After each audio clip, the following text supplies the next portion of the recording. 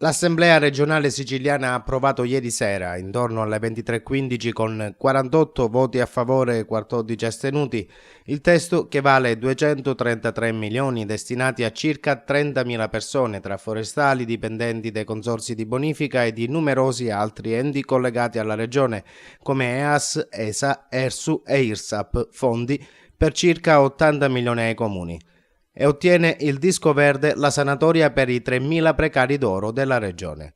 Abbassato a 160.000 euro il tetto degli stipendi dei burocrati regionali, ma non vengono toccati i vitalizi goduti dai condannati per mafia.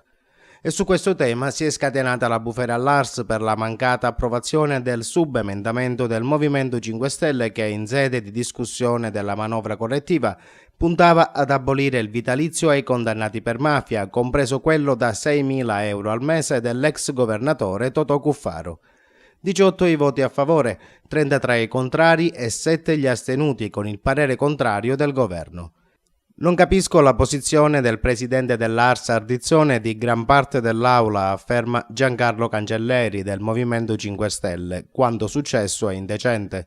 La materia ci riguarda e come ha aggiunto. Nell'articolo 11 della legge sulla spending review approvata da questo Parlamento si prevede la sospensione del vitalizio a coloro che si sono macchiati di reati contro la pubblica amministrazione. Mi chiedo quale sia la differenza. Il Movimento 5 Stelle ha infine chiesto le dimissioni del presidente dell'ARS Ardizzone.